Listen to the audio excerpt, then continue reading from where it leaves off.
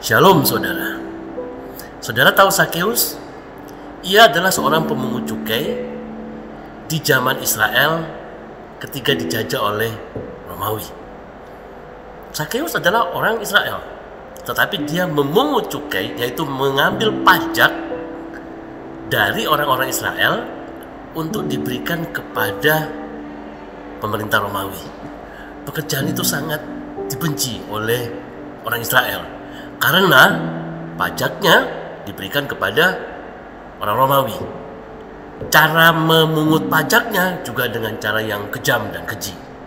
Kemudian besaran pajak yang diambilnya sering melebihi dari apa yang seharusnya dibayar. Intinya Sakeus adalah orang berdosa. Nah, di Lukas 19 ayat 1-10 diceritakan mengenai Yesus makan di rumah Sakeus.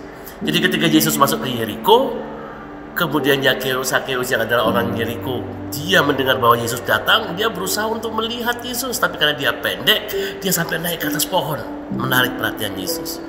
Sampai di ayat ke-5 Yesus berkata, "Sakeus, turunlah, karena aku harus menumpang di rumahmu." Nah, di ayat 7 dikatakan, tetapi semua orang yang melihat hal itu bersungut-sungut. Katanya, ia menumpang di rumah orang berdosa. Saudara, ada 3 hal yang kita bisa pelajari dari kisah ini. 1, Yesus datang ke dunia untuk orang berdosa, untuk menyelamatkan mereka.